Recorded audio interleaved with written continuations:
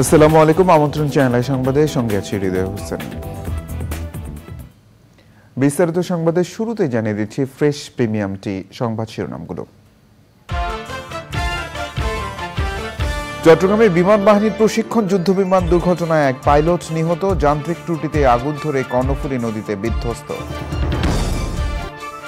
চিত্রনায়ক সোহেল চৌধুরী হত্যা মামলায় আজিজ মোহাম্মদ ভাই সহ ৩ জনের যাবজ্জীবন কারাদণ্ডাদেশ, হত্যার ২৫ বছর পর রায়। বাংলাদেশের প্রথম হজ ফ্লাইট জেদ্দা পৌঁছেছে, সরকারি ব্যবস্থাপনার হজ যাত্রীদের বিমানবন্দরে অভ্যর্থনা। এবং রবীন্দ্রনাথের সাহিত্যের বিশাল অংশ জুড়ে ছিল প্রকৃতি, নানা কথামালায় কবিগুরু বলেছেন পরিবেশের কথা।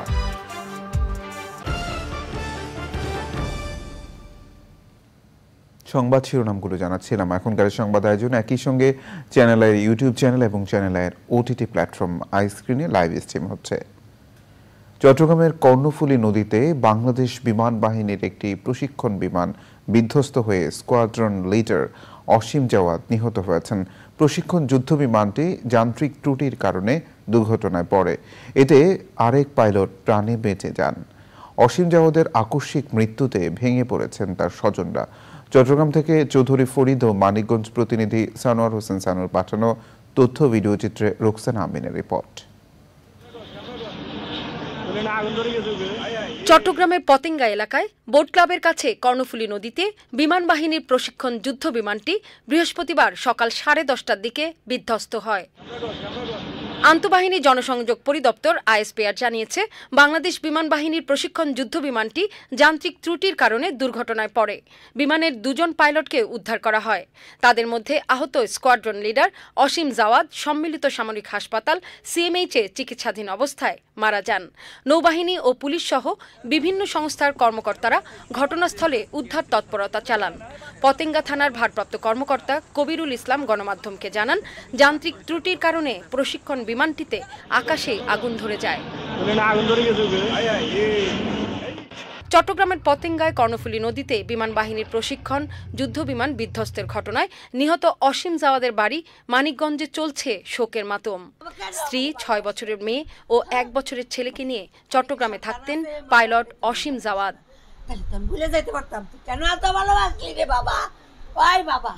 একমাত্র ছেলের মৃত্যুর খবরে শোকে বিহবল অসীমের মা নীলুফার খানম ও বাবা ডাক্তার আমানুল্লাহ।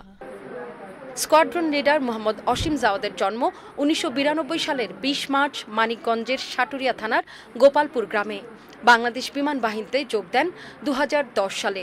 2011 সালে ক্যাডেটদের জন্য সর্বোচ্চ সম্মান সোর্ড অফ অনার প্রাপ্তিসহ জিডি পাইলট হিসেবে কমিশন লাভ করেন। তিনি বিমান বাহিনীর বিভিন্ন ঘাঁটি ও ইউনিটে গুরুত্বপূর্ণ পদে নিয়োজিত ছিলেন। রোকসানা আমিন, চ্যানেল আই। চিত্রনায়ক সোহেল চৌধুরী হত্যা মামলায় আলোচিত ব্যবসায়ী আজিজ মোহাম্মদ ভাই, বান্টি ইসলাম এবং আদনান সিদ্দিকীকে যাবজ্জীবন কারাদণ্ডাদেশ দিয়েছেন ঢাকা দ্রুত বিচার ট্রাইব্যুনাল 2। তাদের 2 লাখ টাকা করে জরিমানাও করা হয়েছে। খালাস পেয়েছেন 6 আসামি। ঢাকা দ্রুত বিচার ট্রাইব্যুনাল 2 এর বিচারক এই রায় ঘোষণা করেন।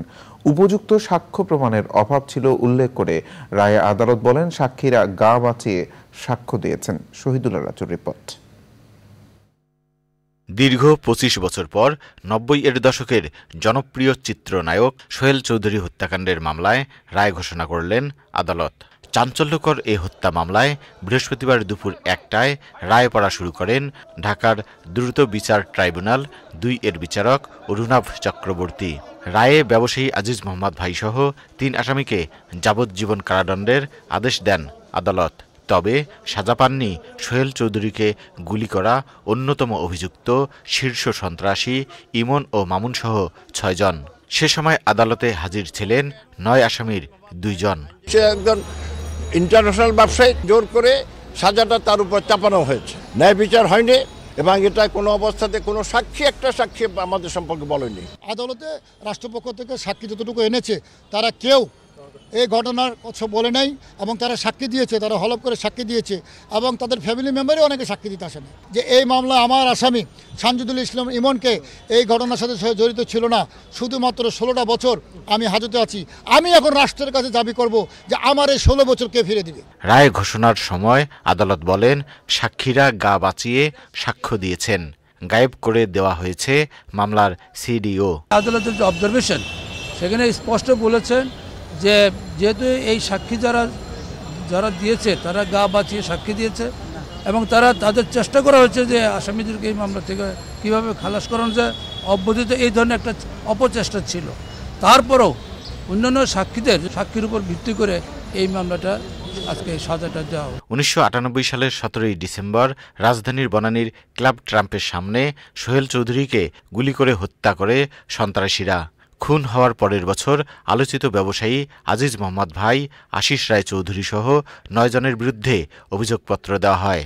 2001 সালে বিচার শুরুর আদেশ দেন আদালত। ওই আদেশ চ্যালেঞ্জ করে এক আসামি উচ্চ আদালতে গেলে আটকে যায় বিচার কার্যক্রম। পরে উচ্চ আদালতের আদেশে 2022 সালে আবার বিচার কাজ শুরু হয়। Shahidullah Raju, channel I, Dhaka. বাংলাদেশ বিমানের প্রথম হজ ফ্লাইট জেদ্দা পৌঁছেছে। জেদ্দার স্থানীয় সময় সকাল 11টায় বাদশাহ আব্দুল আজিজ আন্তর্জাতিক বিমানবন্দরে অবতরণ করে বাংলাদেশ বিমানের ফ্লাইটটি। বিমানবন্দরে হাজিদের অভ্যর্থনা জানান সৌদি আরবে বাংলাদেশের রাষ্ট্রদূত ডক্টর মোহাম্মদ জাভেদ পাটোয়ারি, জেদ্দার কনসাল জেনারেল মোহাম্মদ নাজমুল হক, কনসুলেটের শ্রম মিনিস্টার কাজী এমদাদুল ইসলাম, হজ councillor Mohammad Zahirul Islam, councillor Mohammad Zahidul Islam, Riyadh দূতাবাসের প্রেস সচিব আসাদুজ্জামান। এই সময় বিমানবন্দরে সৌদি সরকারের ঊর্ধ্বতন কর্মকর্তাদের মধ্যে উপস্থিত ছিলেন সৌদি ধর্ম মন্ত্রণালয়ের ডেপুটি মিনিস্টার আয়েত আল খোয়ামি, পাসপোর্ট অধিদপ্তরের প্রধান মেজর জেনারেল ফয়সাল আল রাজি, হজ ও উমরা মন্ত্রণালয়ের মহাপরিচালক ইঞ্জিনিয়ার আব্দুর রহমান।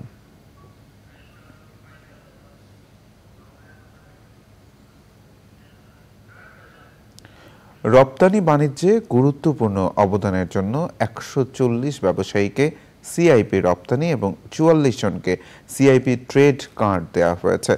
বাণিজ্য প্রতিমন্ত্রী আহসানুল ইসলাম টিটুর কাছ থেকে সিআইপি কার্ড গ্রহণ করেন তারা। অনুষ্ঠানে বাণিজ্য প্রতিমন্ত্রী বলেন, রপ্তানি বহুমুখীকরণ এবং বিশ্ববাজারে দেশীয় পণ্য সরবরাহ করতে পারলে দেশের ব্যবসা খাত দ্রুত সমৃদ্ধ হবে। বিস্তারিত জাকি আক্তার রিপোর্টে। দেশের রপ্তানি বাণিজ্যে গুরুত্বপূর্ণ অবদান রাখায় 184 ব্যবসায়ীকে সিআইপি কার্ড প্রদান করা হয়েছে। তাদের মধ্যে 140 জনকে রপ্তানি এবং এফবিসিসিআইয়ের 44 জন পরিচালককে সিআইপি ট্রেড কার্ড দেয়া হয়। রাজধানীর একটি হোটেলে সিআইপি কার্ড প্রদান অনুষ্ঠানে দেশের শীর্ষস্থানীয় ব্যবসায়ী এবং ঊর্ধ্বতন কর্মকর্তারা উপস্থিত ছিলেন। অনুষ্ঠানে বাণিজ্য প্রতিমন্ত্রী আহসানুল ইসলাম টিটুর কাছ থেকে ফার্মাসিউটিক্যালস পণ্য শ্রেণীতে ইনসেপ্টা ফার্মাসিউটিক্যালসের চেয়ারম্যান আব্দুল মুক্তাদি সিআইপি কার্ড গ্রহণ করেন। এছাড়া বেঙ্গল গ্রুপের জসিমউদ্দিন, শাহিনপুকুর সিরামিক্সের প্রধান নির্বাহী কর্মকর্তা মোহাম্মদ হুমায়ুন কবির সহ শীর্ষ ব্যবসায়ীদের সিআইপি কার্ড প্রদান করা হয়। উৎপাদন নির্বিঘ্ন করতে গ্যাস ও বিদ্যুৎ ঠিকমতো দেওয়ার জন্য সরকারের প্রতি অনুরোধ জানান এফবিসিসিআই সভাপতি। গ্যাসটা ঠিক করে দেন, ইলেকট্রিসিটি ঠিক করে দেন, আমরা আপনাকে পয়সা দেব, কিন্তু আমরা এটার জন্য ব্যবসা করতে পারছি না। আমার মনে হয় এই কাজটা যদি আপনি করে দেন তাহলে ব্যবসায়ীরা ব্যবসা করতে পারবে। আমাদের অনেকগুলো প্রবলেম আছে, আপনি সেগুলো নিয়ে কাজ করছেন। আমরা আশা করি আগামী দিনে আপনার নেতৃত্বে মাননীয় প্রধানমন্ত্রী দেশকে যেভাবে এগিয়ে নিয়ে যাচ্ছে, আমরা আপনার নেতৃত্বে কাজ করব। ব্যবসা বান্ধব পরিবেশ নিশ্চিতে সরকার কাজ করছে বলে জানান বাণিজ্য প্রতিমন্ত্রী। ডেভেলপিং কান্ট্রি হিসাবে যে আমাদের ক্যাশ ইনসেন্টিভগুলি যে দেওয়ার সুযোগ সেগুলো সীমিত হয়ে গেলেও আপনাদের রপ্তানি আয় কিন্তু টাকার অঙ্কে অনেক বাড়ছে। রপ্তানির জন্য যারা সিআইপি হলেন এবং ট্রেড বডির যারা সিআইপি হলেন তাদের আমি মনে করি যে এটা একটা রাষ্ট্রীয় স্বীকৃতি এবং এই স্বীকৃতিটাকে কাজে লাগিয়ে আমাদের রপ্তানি বাণিজ্য আমরা যেন বিভিন্ন দেশের সাথে আরো বৃদ্ধি করতে পারি, সেটাই কিন্তু আমাদের লক্ষ্য এবং উদ্দেশ্য। সিআইপি কার্ডধারীরা ব্যবসা সংক্রান্ত ভ্রমণে বিমান, রেল, সড়ক ও নৌপথে সরকারি বিমানবন্দরে ভিআইপি লাউঞ্জ 2 ব্যবহার, ব্যবসায়িক কাজে বিদেশে ভ্রমণের ভিসা প্রাপ্তির জন্য পররাষ্ট্র মন্ত্রণালয় থেকে লেটার অফ ইন্ট্রোডাকশন সুবিধা পাবেন। Zakia Akter, Channel I, Dhaka. রবীন্দ্রনাথের সাহিত্যের বিশাল অংশ জুড়ে রয়েছে প্রকৃতি। প্রকৃতির প্রতি গভীর অনুরাগ এবং প্রকৃতির সৌন্দর্য বর্ণনা তিনি করেছেন সুনিপুণভাবে। তার শিল্পচিন্তা ও চেতনায় প্রকৃতি অন্যতম এক অনুষঙ্গ। নানা কথামালায় তিনি বলেছেন প্রকৃতি ও পরিবেশের কথা। দীর্ঘ জীবন প্রবাহে তার লেখনীতে তাই প্রকৃতির প্রতি মমত্ববোধ আর দায়বদ্ধতা প্রকাশ করেছেন। রবীন্দ্রনাথ ও প্রকৃতি নিয়ে দেখুন আলিমাল রাজির ডেস্ক রিপোর্ট। সৃষ্টির শুরু থেকে বৃক্ষ নানা দূষণ শোষণ করে বাঁচার রসদ নিয়ে আগলে রাখছে প্রাণীকুল।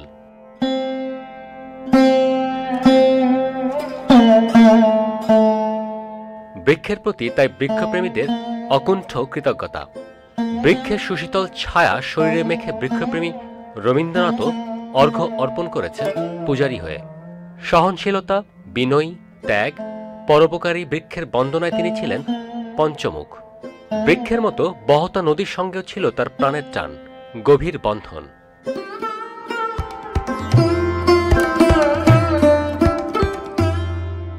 নদীর স্রোতের সঙ্গে একাত্ম হয়েছিলেন রবীন্দ্রনাথ ঠাকুরের সাহিত্যের স্রোত। প্রকৃতি থেকেই পেয়েছেন কবিতা, গল্প, উপন্যাস ও প্রবন্ধের রসদ। পদ্মার জলে বজরা ভাসিয়ে কুষ্টিয়ার শিলাইদহ, পতিশ্বর, শাহজাদপুরের সাহিত্য রচনায় কেটেছে তার বিনিদ্র দিনরাত্রি। রবীন্দ্রনাথ ঠাকুরের বনবাণী, ছিন্নপত্র, ছোট গল্প বলাই সহ বিভিন্ন সাহিত্যকর্মে ফুটে উঠেছে প্রকৃতির প্রতি পরম মমতার চিত্র। প্রকৃতির কাছাকাছি থাকতে ভালোবাসতেন বলেই তিনি শান্তিনিকেতনে গড়ে তুলেছিলেন বিশ্বভারতী বিশ্ববিদ্যালয়। তার জীবনের দ্বিতীয়ার্ধের অধিকাংশ সময় কাটিয়েছিলেন শান্তিনিকেতনে প্রকৃতির সান্নিধ্যে।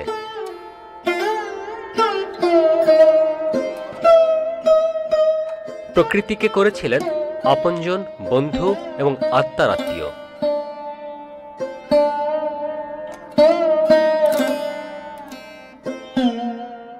আলিমাল রাজি, প্রকৃতি ও জীবন desk, channel I. Rabindra Jayanti উদযাপনে বিশেষ আয়োজন রবীন্দ্রনাথ ও প্রকৃতি নিয়ে বিস্তারিত প্রতিবেদন দেখবেন আজ রাত 10টা 15 প্রকৃতি ও জীবন অনুষ্ঠানে। সংবাদের এই পর্যায়ে বিরতি নিচ্ছি, আর বিরতির পর জানিয়ে ফিরছি। গাজায় ইসরায়েলি হামলায় আরো 55 জন নিহত। রাফায় সর্বাত্মক অভিযান চালালে ইসরায়েলে অস্ত্র সরবরাহ বন্ধে যুক্তরাষ্ট্রের হুঁশিয়ারি।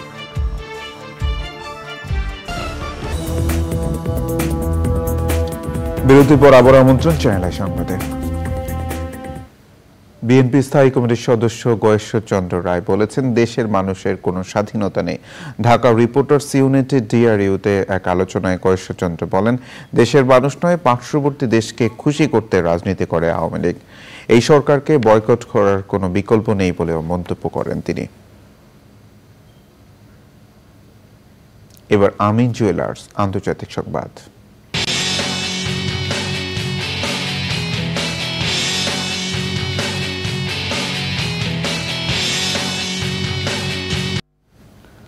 হামাস যুদ্ধবিরতির প্রস্তাবে সায় দিলেও গাজায় 24 ঘন্টায় ইসরায়েলের হামলায় আরও 55 জন নিহত ও 200 জন আহত হয়েছেন। এমন অবস্থায় রাফায় সর্বাত্মক হামলা করলে ইসরায়েলে অস্ত্র সরবরাহ বন্ধের হুঁশিয়ারি দিয়েছেন মার্কিন প্রেসিডেন্ট জো বাইডেন। অব্যাহত হামলার মধ্যে আল শিফা হাসপাতালে মিলেছে তৃতীয় গণকবরের সন্ধান।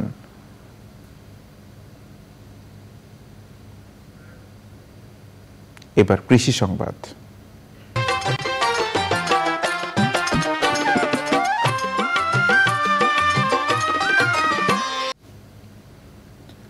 বরেন্দ্র অঞ্চলের জমিতে ব্রি উদ্ভাবিত উচ্চ ফলনশীল ধানের জাত বঙ্গবন্ধু ধান 100 সহ অন্যান্য জাতের ফলন ভালো হয় লাভবান হচ্ছেন কৃষক। এর মধ্যে জিঙ্ক সমৃদ্ধ সুগন্ধি ধানের চাল বিদেশে রপ্তানি করাও সম্ভব বলে জানিয়েছেন কৃষি সংশ্লিষ্টরা।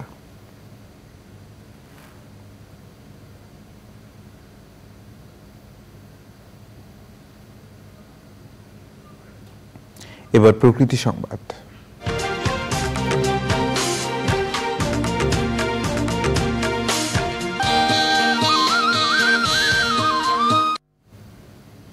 রংপুরে ১৩৪ বছরের পুরনো ঐতিহ্যবাহী শ্যামা সুন্দরী খালকে আবর্জনা মুক্ত করার উদ্যোগ নেওয়া হয়েছে। স্বেচ্ছাসেবী সংগঠন বিডি ক্লিনের ১,০০০ স্বেচ্ছাসেবী আগামী ১১ মে নগরের চেকপোস্ট থেকে শাপলা চত্বর পর্যন্ত খালের ৫ কিলোমিটার অংশে ময়লা আবর্জনা পরিষ্কার করবেন। রংপুর সিটি কর্পোরেশন মিলনায়তনে মেয়র মুস্তাফিজুর রহমান মুস্তফা সংবাদ সম্মেলনে জানান, শ্যামা সুন্দরী খাল পরিষ্কারে সিটি কর্পোরেশনের পক্ষ থেকে সার্বিক সহযোগিতা দেওয়া হচ্ছে বিডি ক্লিনকে। সে সময় প্রাণ প্রকৃতি রক্ষায় সকলের সচেতনতায় জোর দেন মেয়র।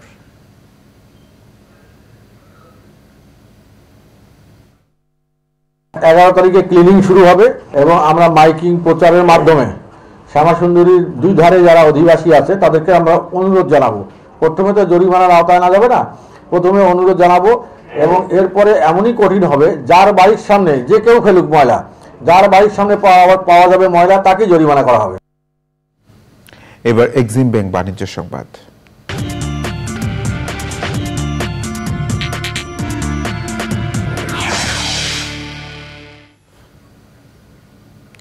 যুদ্ধ, মহামারী সহ নানা কারণে গত কয়েক বছর সংকটের মধ্যে ছিল বিশ্ব অর্থনীতি। প্রবৃদ্ধির গতিও ছিল ধীর, তবে এবার বিশ্ব অর্থনীতি নিয়ে সুখবর পাওয়া গেছে। আন্তর্জাতিক সংস্থাগুলো জানিয়েছে চলতি বছর বৈশ্বিক বাণিজ্য প্রবৃদ্ধি দ্বিগুণের বেশি হবে। মূল্যস্ফীতি হ্রাস ও মার্কিন অর্থনীতির চাঙ্গাভাবে এই প্রবৃদ্ধির পেছনের ভূমিকা রাখছে। নিত্যপণ্যের উচ্চ মূল্য, ক্রমবর্ধমান সুদহার ও মন্থর চাহিদার কারণে 2023 সালে মন্দার মুখে পড়েছিল বিশ্ব অর্থনীতি। তবে চলতি বছর ঘুরে দাঁড়ানোর আভাস দিয়েছে অর্থনৈতিক সহযোগিতা ও উন্নয়ন সংস্থা OECD, আন্তর্জাতিক মুদ্রা তহবিল IMF এবং বিশ্ব বাণিজ্য সংস্থা WTO এর মতো আন্তর্জাতিক সংস্থাগুলো।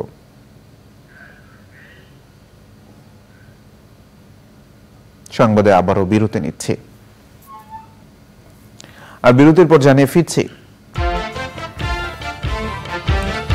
শুক্রবার মিরপুরে হোম অফ ক্রিকেটে জিম্বাবুয়ের বিপক্ষে চতুর্থ টি-20 দলের সঙ্গে অনুশীলনে সাকিব, মুস্তাফিজ, সৌম্য